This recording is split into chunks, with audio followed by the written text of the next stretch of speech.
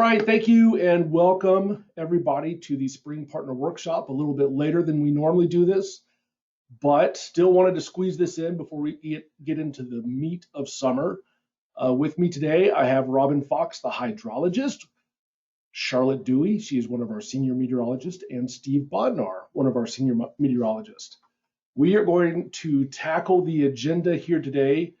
In the past, we've done workshops hybrid, we've done them in person. They've been anywhere from 2 to 3 hours. Today, we're going to squeeze in a ton of content into 1 hour.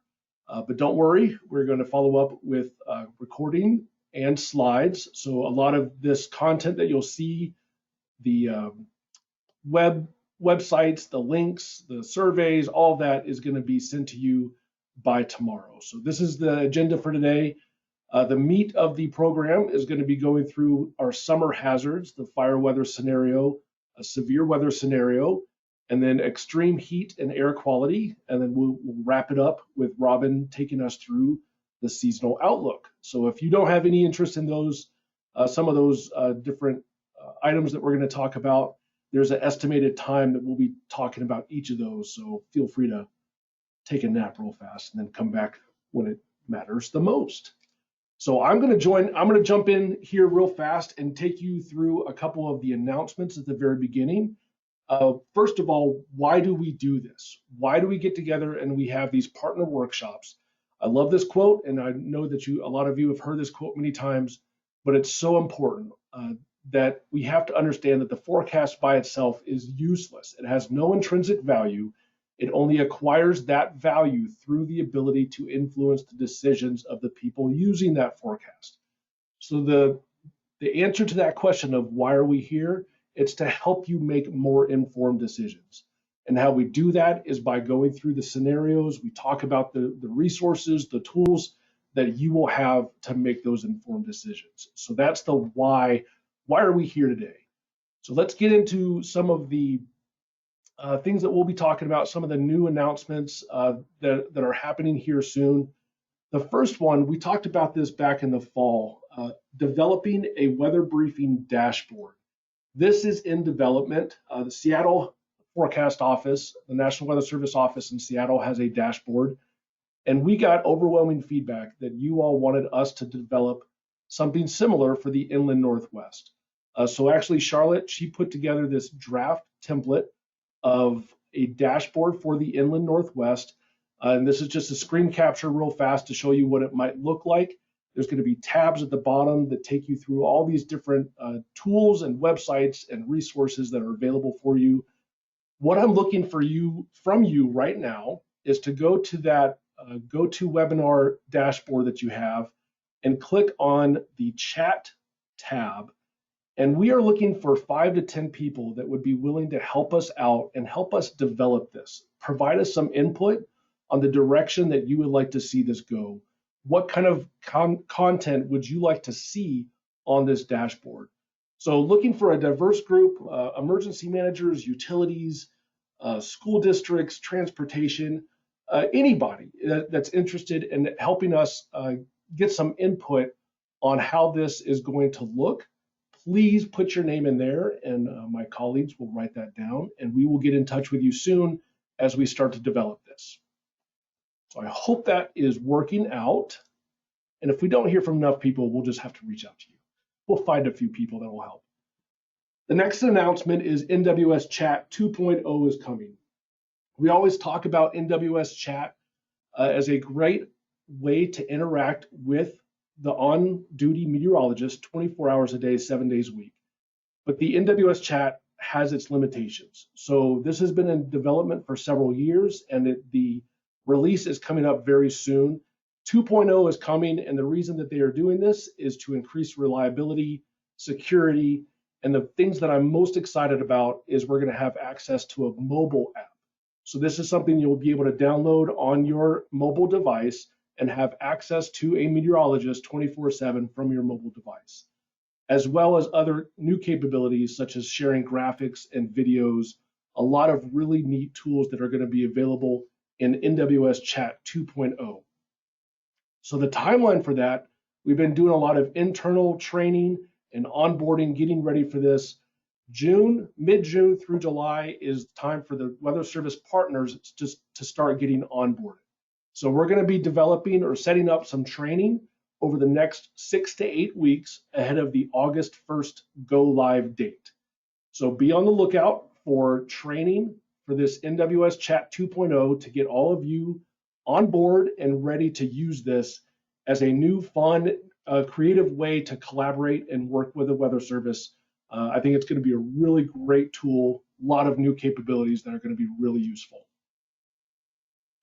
Next announcement, hopefully you've heard me say this before or somebody say about this, the Hazard Simplification Project. This is a multi-year project of improving how we communicate watches, warnings, advisories. So this is a quick reminder that at the national level, they are collecting public comment through June 16th. So if you want more information on that Hazard Simplification Project, the website is below, and then the link to the survey to be done by June 16th is also on that screen. So again, this will be all emailed out to you tomorrow at the latest tomorrow.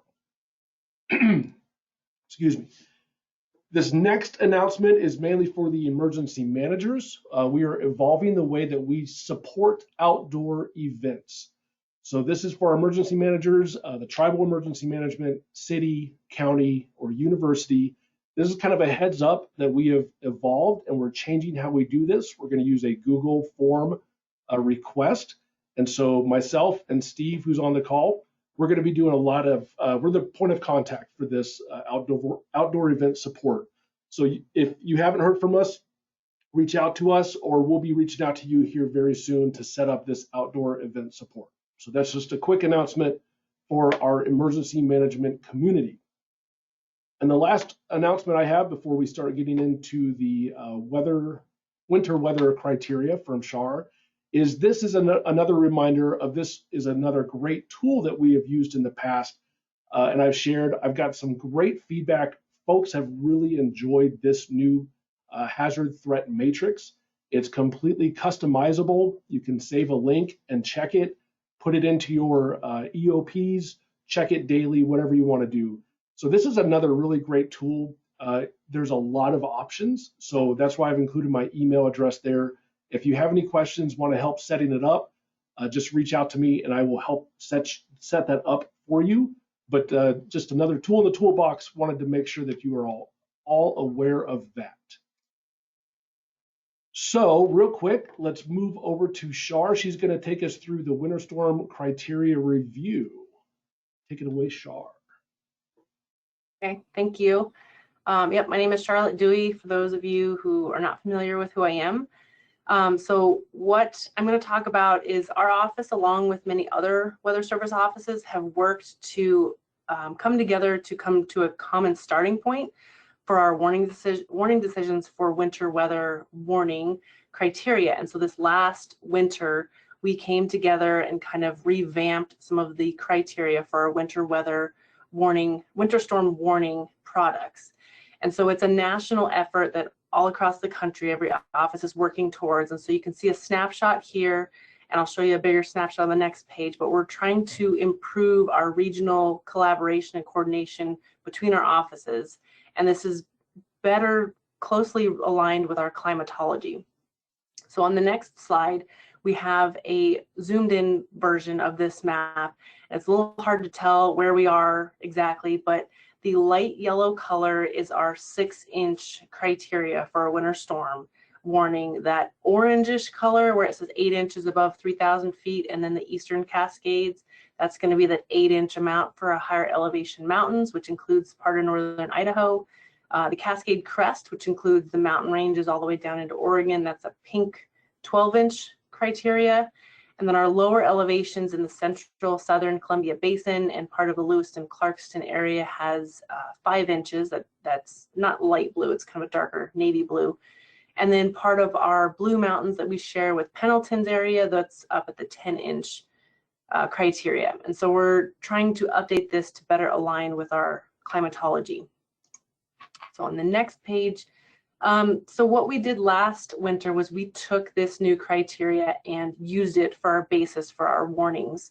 And so we were trying to see how that would move us forward when we did issue winter storm warnings, and it actually resulted in some slightly fewer winter storm warnings that were issued last winter.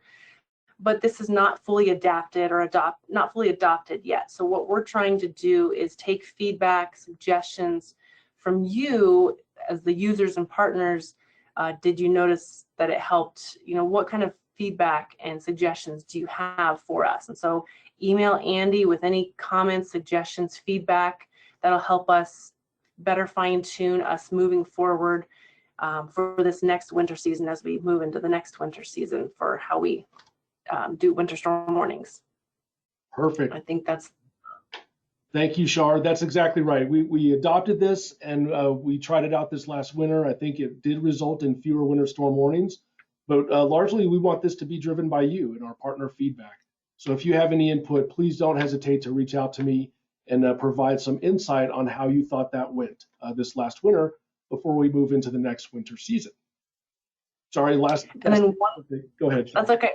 So one more slide. If you aren't familiar with our winter storm watch warning advisory products and where those align, like the map that we just showed, we have a quick helpful guide on our main web page. So if you go to our main weather.gov/Spokane, and there's a link in here, you can go directly to that. You can find it under the local programs menu, and it's the watch warning advisory criteria. And so it's not just winter weather. There's some severe weather, fire weather, wind chill, hydrology, lots of product criteria. You can look and see what area falls under which category.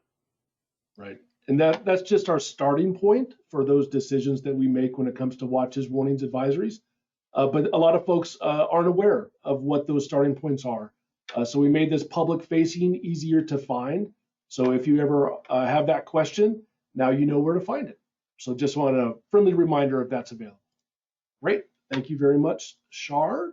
And moving into the next one, we're going to start talking about the summer hazards, starting with fire weather. The point that I wanted to make at first is the common theme with all of these is we're going to be providing email briefings as we come up, as we're approaching some type of hazard, whether it's fire weather, severe weather, air quality, whatever that hazard is, we're going to be doing email briefings, special weather briefings if it's a high impact event. And the basis of this, the foundation, is this color code. These colors have been slightly modified. It's still that gradation from light green to yellow to orange to red and purple. The changes that were made in that color was so that it's easier to print out in black and white or see it. If you have color blindness, it's still easy to see. But this matrix, I wanted also to point out that it's not just impact base. Impact is a part of that. The other part of that is the possibility, the likelihood of something happening. So you combine that impact level, the expected impact, with the likelihood of that happening, and that's how we come up with those different colors that you'll see us in those briefings. So I just wanted to start out with that. This is a common theme for all of these hazards, these summer hazards that you're going to see, and then we'll take a deeper dive into exactly how we're going to message all of this. First, starting with Steve, who's going to talk about the fire weather program. So if you want to try to take over the screen and go for it. All right, you're good.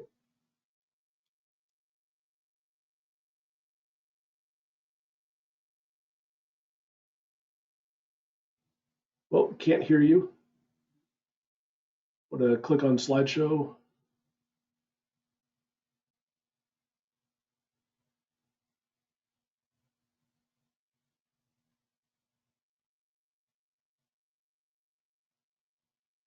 Okay. What? Oh, you do see my screen. Okay. Yep. Now you can hear me okay? Yes. And is that full screen now? That is full screen. You're good to go. Perfect. All right. Well, good afternoon, everyone.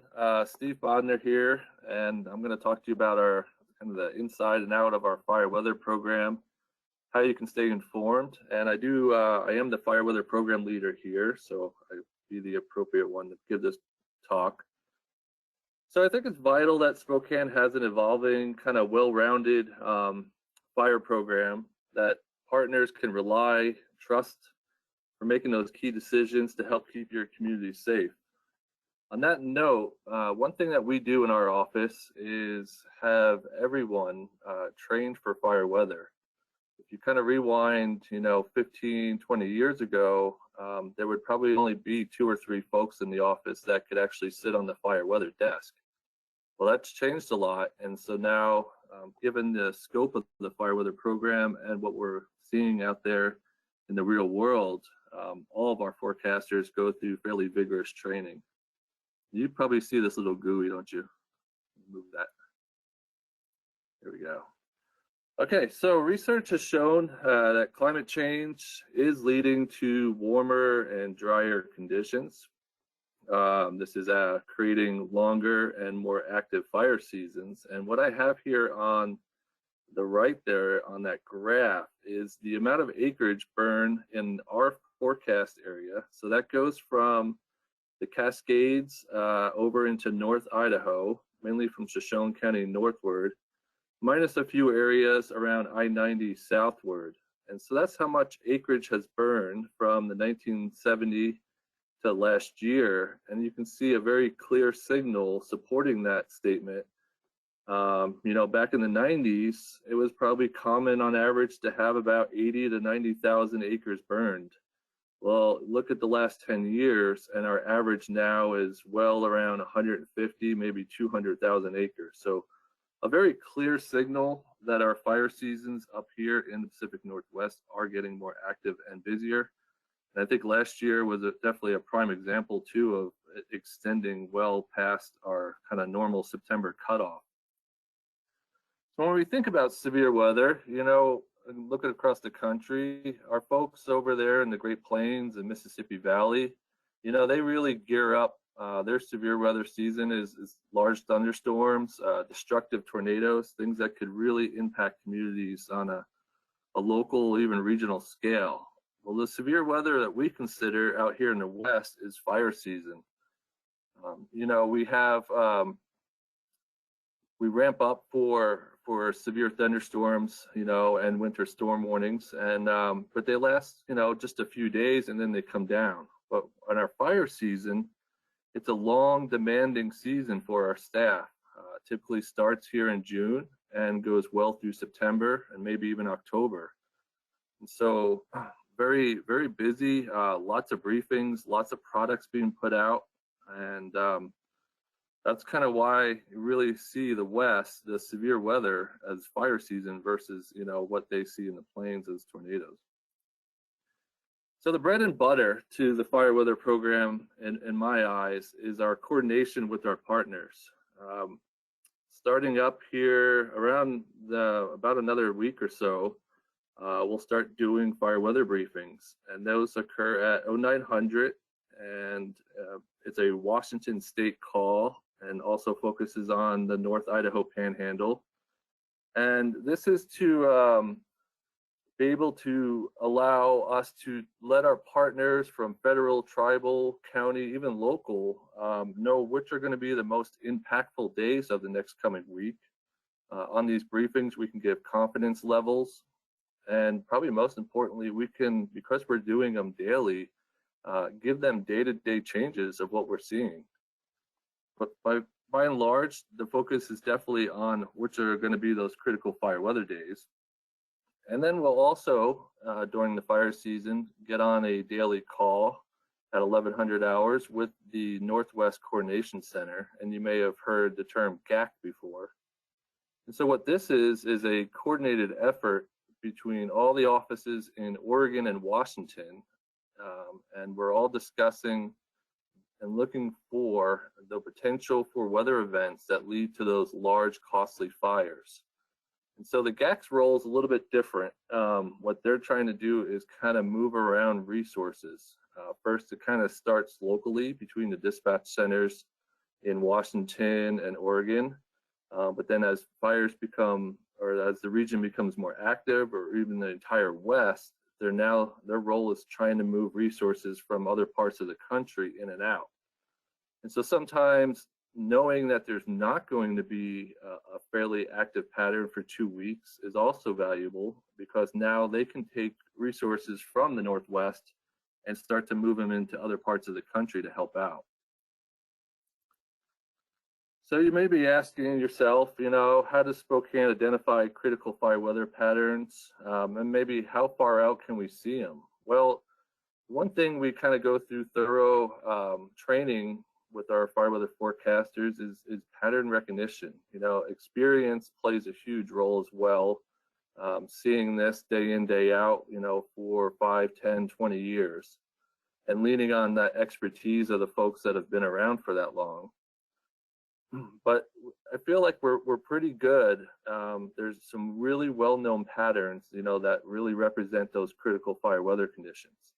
Now, just because we have, say, windy and dry conditions, doesn't necessarily mean we're going to have a red flag.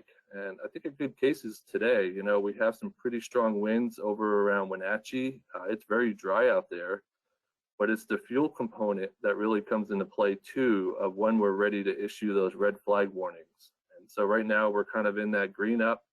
Fuels aren't ready, so we have some conditions that may be critical weather-wise, but not necessarily in conjunction with the fuels. And we're not the fuel experts. We do look at a lot of information to look at the values and the dryness, but there is a lot of communication with our partners to let us know when the fuels are ready out there. So how far can we see some of these critical fire weather patterns, such as a wind event, something like hot, dry, unstable, or even thunderstorms, things that we have in our AOP that would be dictated to a red flag? Well, for the most part, I'd say with the improved modeling that we get today, we can see a lot of these patterns out 4 days, even further. Just think about, we see a hot pattern coming up that would fall under the hot, dry, and stable, not necessarily a lot of wind. We can see that many days out. For that pattern, we may not issue red flags unless there's ongoing fires because there's not a lot of wind involved with it. I'd say there's a lot more confidence with the wind events and seeing those come in over the course of a week. But when we get to thunderstorms, that's the one that probably carries the most amount of uncertainty. And so we can see a pattern that may develop that, but as far as the accuracy of where that lightning is going to occur, and then even the amount of lightning that may occur, and then whether it'll be wet or dry storms, that is proven very, very challenging over time. And sometimes that may change in a matter of 12 to 24 hours. So that would be the one event that really kind of gives us a lot of grief.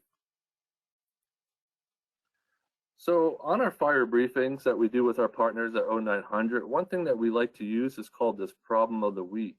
And we have our fire weather zones. And what we'll do as we're looking out for these critical fire weather patterns a week out or shorter is start to highlight the zones, that we have a little bit more confidence where we may have those critical conditions occurring. Sometimes we may just use elevated in a situation like today where we have the weather components there, but the fuels may be borderline and not ready to go. So we'll kind of declare that as an elevated event. As we get closer to the event and our confidence is much higher, that's where we'll kind of switch over to a red coloring. And that's where we're really starting to think, we're going to probably need fire weather watches, if not red flag warnings, if they're not out already. And we start to message it along those lines. Now, in a situation like this on the right screen here, where we have the two colors, if this was like in a lightning event, we might use something like this where we say, this is where most of the models are putting most of the lightning strikes and potential for fire starts. But knowing that lightning events carry a lot of uncertainty and can change even in that first 6 to 12 hours, we may kind of throw a buffer or these elevated conditions on either side for that uncertainty, so folks are not left on guard. As far as messaging fire weather to the public, we'll create weather stories like this, showing where we may have highlights out and what the conditions and the timing are. Hopefully kind of making folks think, if they're going out to the lake and they don't have those chains dragging across the ground and making sparks. But even if it's not a true red flag, if it's just elevated conditions, we can still kind of message that to keep people aware. As far as our one pagers, which most of you probably receive, we do indicate those elevated fire weather conditions, whether it be kind of elevated or red flags. And I guess the one thing that is something we've been discussing of how to improve or where to go with that is the fact that we use this 5-color scheme here on our one pagers, but when we're briefing our fire partners, we have just the yellow, red. So one thing I'm going to be looking into improving this year, at least for those fire briefing, is going kind of with the yellow, red, and then a magenta for extreme. Those would be for those like really rare situations, maybe like our Labor Day storm. Trying to figure out how to incorporate 5 colors. The conversations it's just been really challenging, because if you have a red flag out, who's to say that this red flag is a minor event versus a moderate red flag versus a major? So that's something we'll continue to think about and see if we can improve. But I just wanted to kind of make you aware, if you're watching those fire briefings, we kind of go with a 2, possibly red or 3 color scale, and it will be a little bit different than the one pagers. Other ways you can receive kind of outlooks for fire weather. Yeah, the Storm Prediction Center, kind of the gurus of our thunderstorms and severe weather, also have a fire weather desk, and we do coordinate with them as well. They are on those 1,100 calls with the coordination center, and so they will outline areas with elevated, critical, and extreme. So you can see they do use kind of a 3-color scale, and then these other 2 colors here would indicate areas of where there may be thunderstorms, and especially dry thunderstorms. If you've been to the Northwest Coordination Center's page and looked at this matrix before, you can see they put out a 7-day matrix trying to outline where there could be days of significant fire potential. So one thing to know of this, it's kind of using different equations in the background, and what they're really trying to do is find the days where there's going to be large, costly fires, and just the days that they initiate. So they're kind of really focused on things like 4th of July, where there could be a lot of ignitions from the public, lightning events.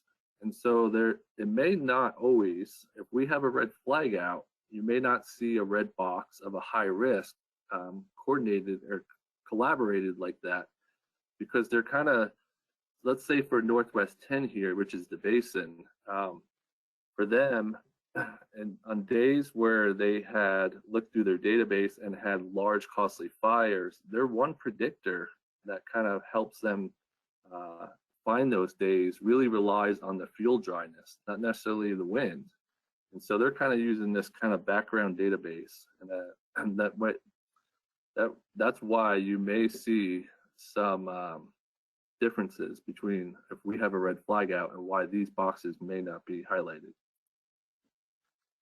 So let's take a quick look at what a critical fire weather event time-wise would look like. So as I mentioned, we're kind of doing the partner briefings on a daily basis. So looking days 3 to 7, we are briefing our partners on that. As we get increased confidence, roughly about 50% or higher, and we're sitting around days 2 or 3, that's when we're going out with our fire weather watches. Again, continuing to brief our partners on a daily basis. In some of our more extreme situations like Labor Day, I believe we even put out a watch days 4 to 5. High confidence, very low fuel dryness. So that kind of was a situation where we went a little bit above and beyond. As far as our red flags, those are typically issued 24, 36 hours out. And then as we get to the daily event, this is where, I'll kind of call it a fire watch. And for our staff, this is where we may consider some extra staffing levels in the office. Why would that be? Well, during kind of a red flag situation, one thing we're going to do is put in a request to get a mesosector, and that will give us 1-minute satellite data centered up here in our region. And lots of these new channels on our improved satellite can give us fire detection and hotspots. And we even have software in our office that will send alerts when a new hotspot is detected on that and send us a lat and long. But our forecasters are monitoring this, and when we do see hotspots, we'll call the dispatch center, let them know what we're seeing, and then potentially even proactively get a spot weather forecast ready for that point, maybe before they even name the fire, and have that ready to go for whichever crews are out there or heading to it. Other things, if there are large costly fires in the area already and we have IMETs deployed, we're spending resources reaching out to those IMETs, letting them know. And even if there's not IMETs out there and there's ongoing fires and we see wind shifts coming or maybe thunderstorms, then we'll be reaching out to those fires to let them know of the situation that is coming their way. So when we do get these large complex fires out on our landscape and they become established and beyond the control of local units and potentially have a lot of values at risk involved, that's where the land managers will order a type 1 or type 2 incident management team. And in those situations, that's where an incident meteorologist or an IMET would be ordered. And so in our office, we have actually 3 certified IMETs and 2 trainees right now. And so what that means is our bags are packed throughout the summer months. We get the call. We're trying to get on the road as quick as possible. And we're heading out to that fire. We're camping out with the fire crews and the management team. And our first role is to provide kind of a fire watch overlooking the safety of those fire crews and your community that may be involved. So we're really trying to hone in on any kind of wind shifts or thunderstorms that may change the behavior of that fire and put those folks at risk. Then we're also doing a lot of briefings and a lot of planning with that team to kind of strategize out in the future and which areas of the fire need to be addressed sooner than later because of shifts in weather coming and how that may impact your community. So to conclude here, one new thing we have, another dashboard for you, but this is on our external page. If you went to weather.gov and went to the forecast area, if you hover over that, you'll get a drop-down menu. And down here at the bottom, you'll see fire dashboard, and that will bring you to this page. So if you have interest in watching these fire weather briefings throughout the fire season, you will find the first tab will bring you to that. So these are typically recorded and posted here around 9:30 to 10 o'clock each morning. And then I'm not going to go through all these tabs, but you can see lots of other pertinent information related to fire weather, those SPC outlooks. You can look at the temperature and precipitation anomalies over the last 14 to 30 days, what the observations are right now. So many, many really cool tools to take a look at. And that will end my part of partner workshop. Thank you, Steve. So as you see, what we're going to be doing today is kind of taking you through the before, during, and after of each of these weather hazards. So Steve gave us a lot of resources that we can have for situational awareness, and then how we're going to message that leading up to, during, and then after an event. So let me try to take back the present. Bear with me a second. And you all can see my screen. Yes.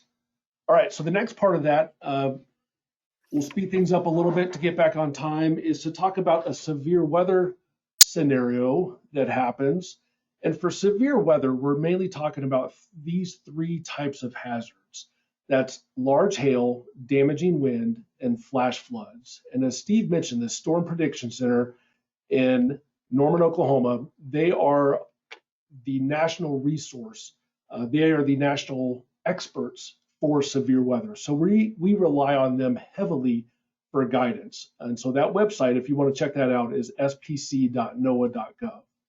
And what SPC, the Storm Prediction Center, does every day is they use this as their standard to map where they think severe weather is going to be. And it goes from general thunderstorms in that light green up to the high risk of severe thunderstorms in the magenta. And that definition of what a severe thunderstorm is one of 2 things: wind gust of at least 58 miles per hour or hail at least 1 inch in diameter. So those are the two things that we're looking at when we're talking about severe thunderstorms. And typically for the inland Northwest, these are the categories that we're going to be seeing. We will see many, many days of general thunderstorms, obviously, maybe a dozen or so during the year of a marginal risk, maybe a handful, 1 or 2 per year of slight, and then once every couple of years, we might see an enhanced risk day of severe weather. And so here are some examples of that recently. On the left, this is from May, almost 3 years ago exactly, May 30th of 2020. I believe this was the last time we had an enhanced risk over much of the area. And then on the right side here is a recent example of when we had a slight risk of severe weather. So again, the Storm Prediction Center is helping us map where the best potential is for the severe weather, and that's damaging wind and large hail. And those graphics that are provided by SPC gives us a 1 to 3 days in advance outlook of where we can expect to see that. So 1 to 3 days in advance, we're going to be using these graphics to help dial in on where severe weather is likely. And again, I'll go back to this real fast. If you go to that spc.noaa.gov and click on that, or you could just type that into your browser right now, you'll see a national map of where the severe weather is. It's a really neat tool that we use even here locally. So then the day of a severe weather event, again, if it's expected to be enough activity, a severe event, we will coordinate with the Storm Prediction Center and put out a severe thunderstorm watch. And they will actually highlight the counties. And I believe this is again back from May of 2020, when every one of our counties was in that threat area. And this typically happens 30 minutes to 4 hours in advance of when severe thunderstorms are expected to develop. And what the watch means is weather conditions are favorable for the development of severe weather. Again, large hail, damaging wind. And then as those thunderstorms start to develop, the forecasters that are working here at the Spokane office will use radar, use our storm spotters, will use satellite, all the tools that we have available to us to identify where those threats are. And if it meets that criteria of damaging wind or large hail, they will draw a polygon and issue a severe thunderstorm warning.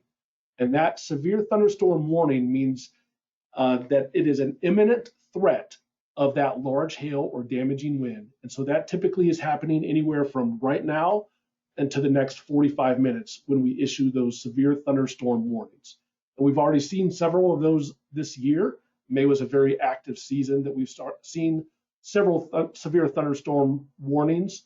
Typically, June and July are our most active for warnings. When we talk about sub-severe or strong thunderstorms, this is when we will issue a special weather statement. And this is typically for winds less than 58 miles per hour, or hail less than 1 inch. And the other criteria is frequent or continuous lightning. So this again is in that 0 to 45 minute time frame. It's an imminent threat of wind, hail, or lightning. We use this SPS or special weather statement to try to highlight areas that are strong thunderstorms, but not quite severe. And then the other threat is flash flooding. So Robin just provided this updated graphic that shows all of the recent burn scars that we are monitoring for flash flooding or burn scar debris flows. And the two that are circled, the number 6 and 10, are the most recent additions to that. And the color code there indicates the red are the high risk burn scars, orange are moderate risk, and the green are general risk. Is that accurate, Robin? Did I say that right? Okay, good. And so those are the burn scars that we are watching that have a much lower threshold for those flash floods. They can receive a lot less water and actually have quicker runoff and have devastating impacts. But flash flood warnings is another kind of 0 to 2 hour time frame. It's an imminent threat of flash flooding or burn scar debris flows. And then during a severe weather event, we'll be doing all the briefings leading up to the event, but as it's ongoing, we'll be issuing those warnings, special weather statements. We'll be sharing graphics online through social media. But for our partners, two things that you have available to you is the NWS Interactive National Weather Service, and this is how you receive customizable mobile alerts directly from the Weather Service. So as we issue those warnings and statements, you'll receive those via text or email based on where you want to be notified. So if you haven't signed up for that, inws.nsep.noaa.gov is where you sign up to receive those mobile alerts. And then LSRs, the local storm reports.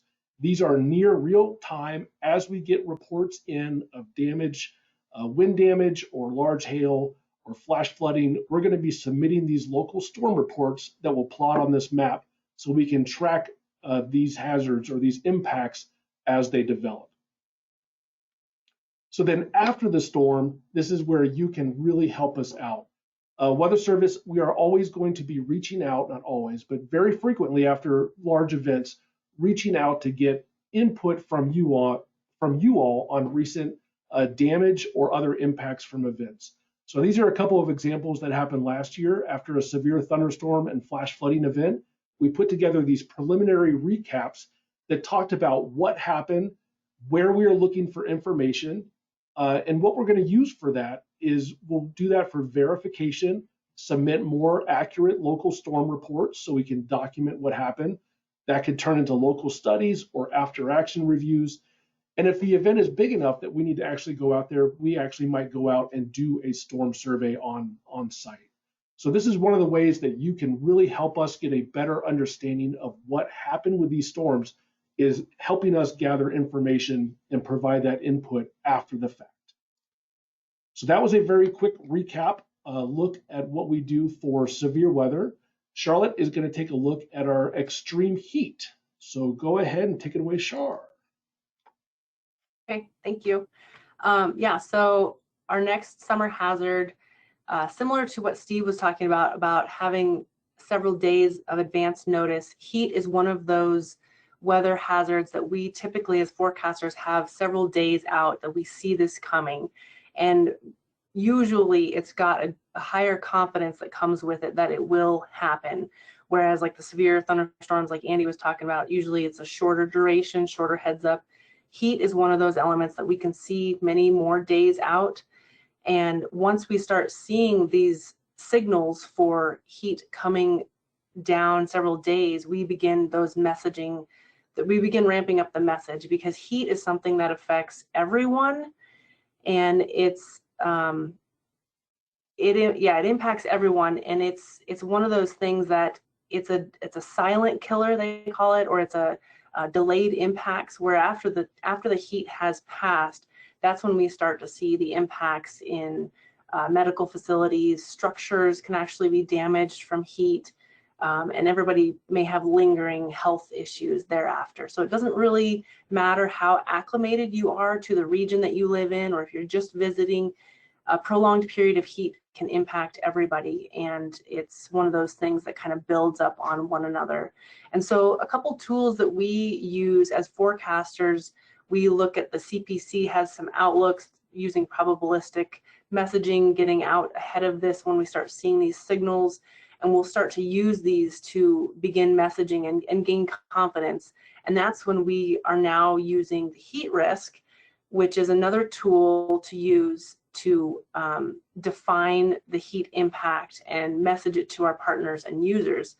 And so the link here will take you to the page that has the categories defined and listed, and the color scales and all of that.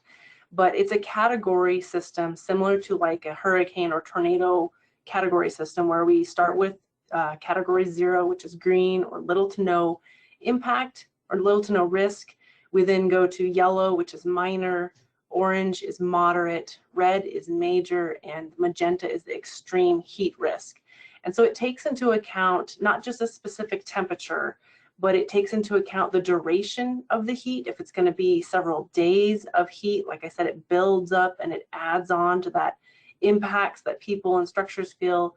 It takes into account the time of year So we're not going to see much heat risk in March if we're seeing a warming trend, because it's not the typical time of year when we have higher heat risk.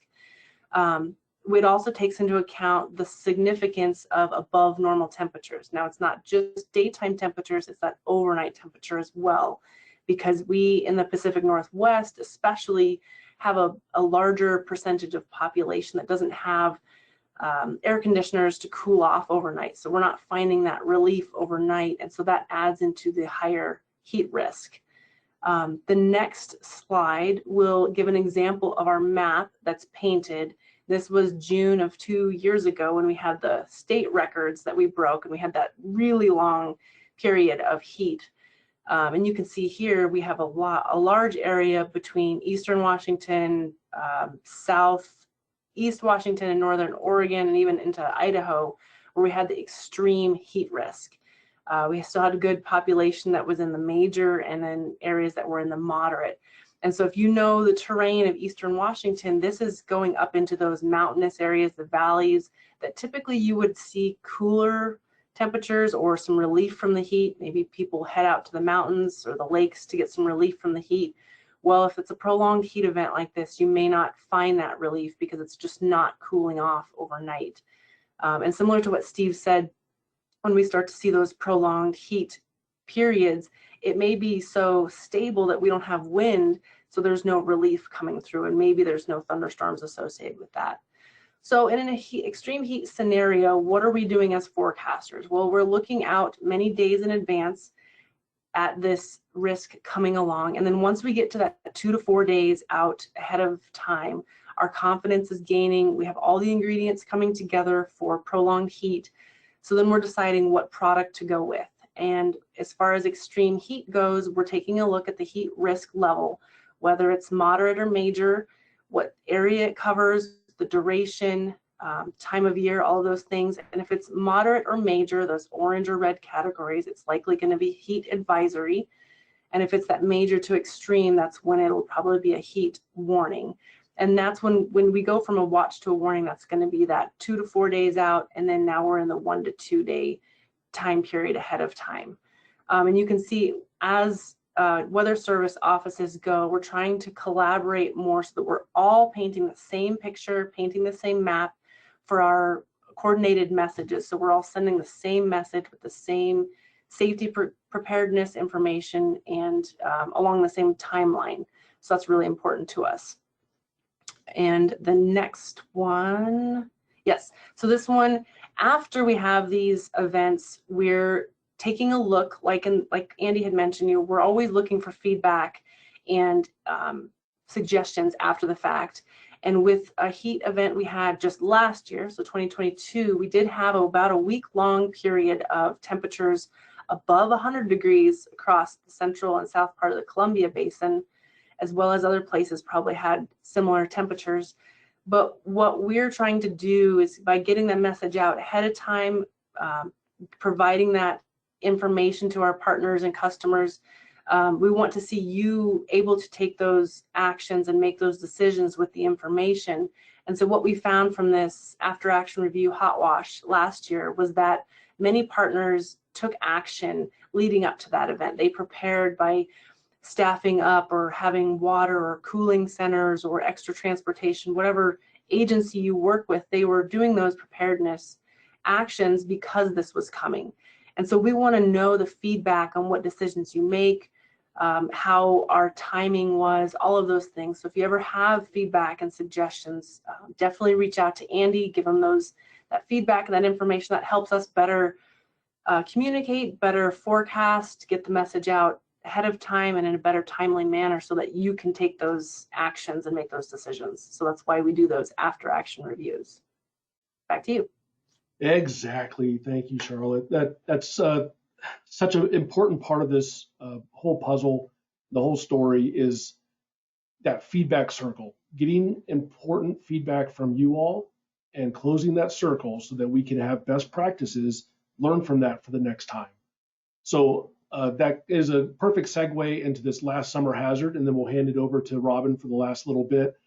Air quality, just wanted to talk really fast about this. Jeremy is our program leader for air quality and climatology.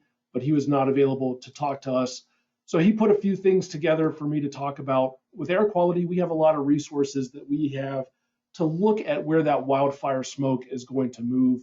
This HRR smoke, triple R, high resolution rapid refresh smoke model gives us an idea of where the wildfire smoke is and where it's going to move. And so Weather Service, we're not air quality experts. We rely on a lot of our partner agencies to monitor and predict what's going to happen. But we do have an understanding of the atmosphere and wildfire activity. So we are an active partner in that and helping relay that message on their behalf. So the two examples you have here on the left is the recent example from May, where the wildfires in northern Alberta, I believe, brought down some wildfire smoke very early this year. And then this example on the right is from that horrible event in September of 2020, when the smoke pooled on the west side, and then on the 11th and 12th, it finally started to spill over into eastern Washington and North Idaho. And because we had some of these tools available to us and all this great coordination, we were able to get that word out ahead of time. So Jeremy put this together to kind of illustrate that we're seeing more frequent wildfire smoke events, especially since 2014. And August and September are the most common, but as we've seen this year, as early as May, and last year it continued all the way into October. But August and September is certainly that peak period of when we're looking for wildfire smoke in this portion of the country. But like I said, we are not the experts in air quality, so we lean heavily on ecology, EPA, DEQ, Spokane Clean Air, and our tribal partners to help relay that information and collaborate on what that message is. And typically the result of that is air quality alerts. So we will, again, try to break down those political boundaries and help everybody have that same message out front, increase the visibility of that poor air quality. And it shows up on the hazard map and is relayed to our newscasters and the media so they can disseminate that to a broader audience. So just wanted to illustrate and let you know that we are working very closely with those air quality partners to get the word out when we have wildfire smoke. So that is a great resource that we have for you. And then we'll turn it over to Robin for the seasonal outlook and take us home, Robin. All right. Can you see my screen already? All right, super. So good afternoon. My name is Robin Fox, service hydrologist here at the Spokane office, and we're going to wrap things up and talk about the seasonal outlook and what we can be expecting in the weeks and months to come. But first, I want to talk about what we have seen in the last several months beforehand, talking about what we've seen in the calendar year, also compared for the water year, and that was going back to last year on October 1st.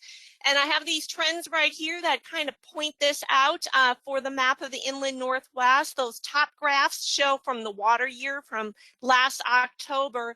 And it does show that things have been a little bit on the drier side, especially for extreme eastern Washington into the Idaho Panhandle. And we see that as well if we look for the calendar year too. What's really stark is how wetter than normal it's been in north central Washington. And that's where all the snow accumulated over the winter, and things were very wet, at least for the winter season and first part of the spring.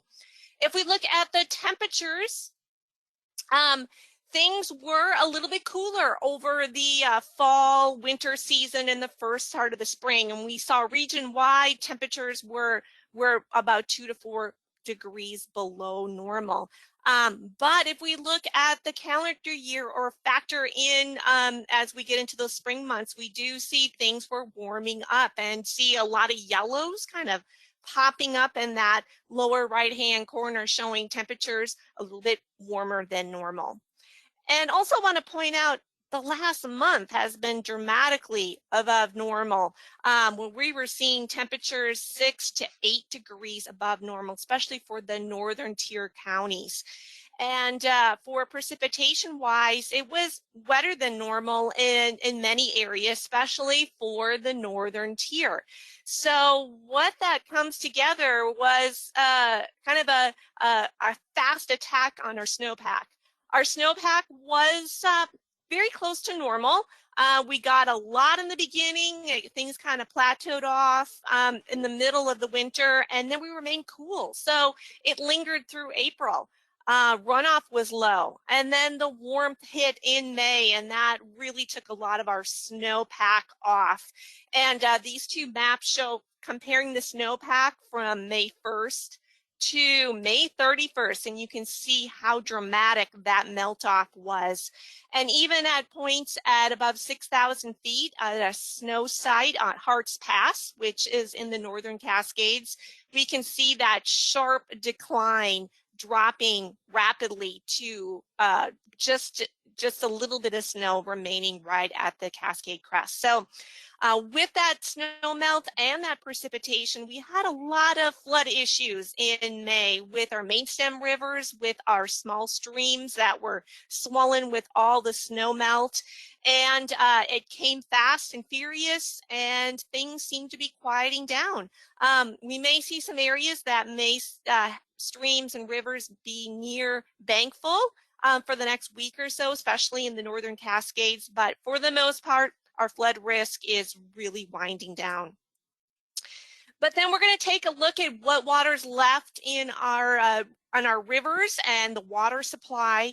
And thanks to our snowpack, we did see some areas get close to normal for our water supply. But since it came off really quickly, we're seeing some of these numbers dropping a bit, especially for areas in Northeast Washington and the northern portion of the Panhandle.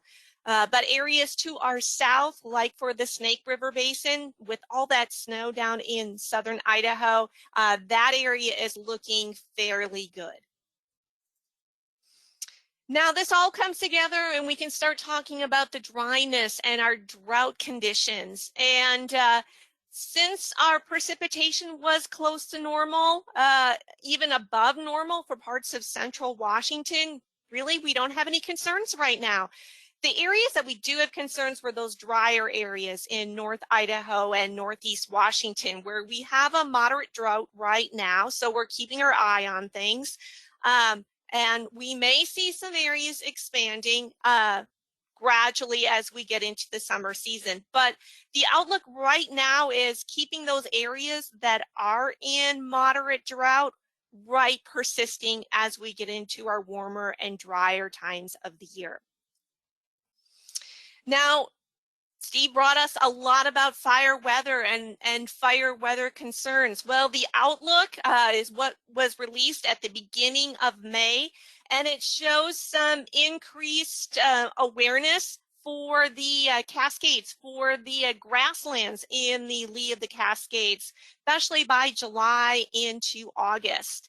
Now, with our fast, rapid snow melt, we're going to be seeing normal to slightly early start times for the fire season, especially for the grasslands and the higher elevations. So we're just going to have to keep alert to this and keep an eye on this outlook, because by tomorrow we'll probably be seeing some changes coming around with new updates.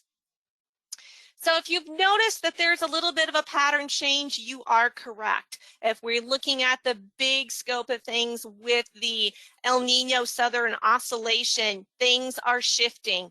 Sea surface temperatures in the Pacific near the equator are warming.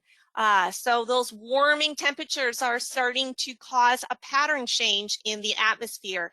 And we now have an El Nino watch that is in effect, starting this time about late spring and continuing through the rest of the year. There is growing confidence that we're going to see El Nino conditions picking up and increasing as we go into the months to come.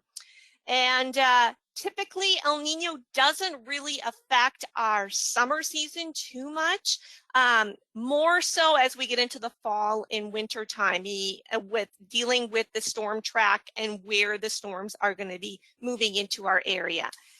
But nonetheless, as we look at the rest of the June outlook, the trend is warmer temperatures, especially across a good portion of the Pacific Northwest. And we're also seeing that trend for above normal precipitation shrinking and moving out of our area. In fact, we're seeing the signal of below normal precipitation creeping into the west side of Washington. Now, if we look out in the summer season for June, July, and August, we see that a summer pattern emerging with favoring above normal temperatures and below normal precipitation. And this trend also continues as we get into September. And as we were mentioning, that fire season, our summer season, tends to linger a little bit longer into September. And that trend is actually showing up here as well. So to wrap things up, summer is almost here, and we're favoring drier conditions and very warm weather, and we've already been experiencing it now, and that trend looks like it's going to be continuing. We're not looking for any drought improvements in the next coming months, so drier conditions are going to be upon us. And one thing I want to point out, the Climate Prediction Center does a great job and has a lot of skill in showing those seasonal averages. But overall, we all know the most impacts come from our short duration events, the thunderstorms, the heat waves, the fire, and the smoke. So I'm going to pass it over to you, Andy. Thank you so much. Great job, everybody. And I just want to publicly say in front of everybody, thank you to this team of people who worked so hard to put this together. Really, it was last minute. I did a very poor job of planning this out. We'll do a much better job in the fall. But thank you, Shar, Steve, and Robin for all of your work and dedication in putting this together. You did a great job. So to wrap up, we'll stick around for a few minutes and answer any questions. You can also put questions in the chat or the questions box there, and we've already seen some questions answered there. So feel free to do that. What I also will relay that we did record this, double check, we recorded it. We're going to send out that recording and all of these slides that will have all of these links and the whole presentation. So we'll send this all out by the end of the day tomorrow. It's going to take a while to kind of process that and get it out. So we'll send that to you all tomorrow.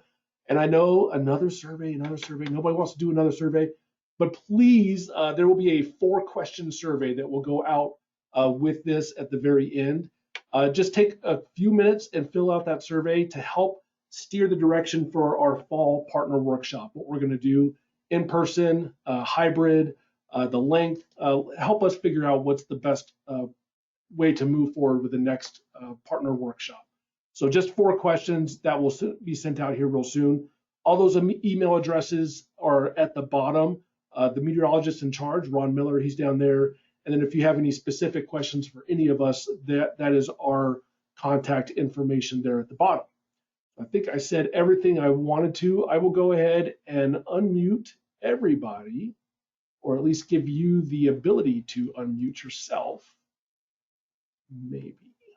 Attendees. Unmute all. So you will have full control of your audio now. So if you would like to ask a question, hit that mute button or unmute button and go ahead and ask a question. So this is Bob. I just wanted to thank you guys. So appreciate it. Thanks for joining us, Bob.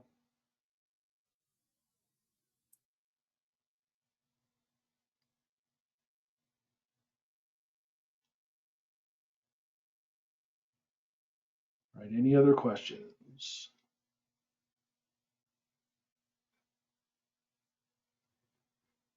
Are you all monitoring the question box? Is there anything in there? Okay. Oh, okay, yep, I see. Great.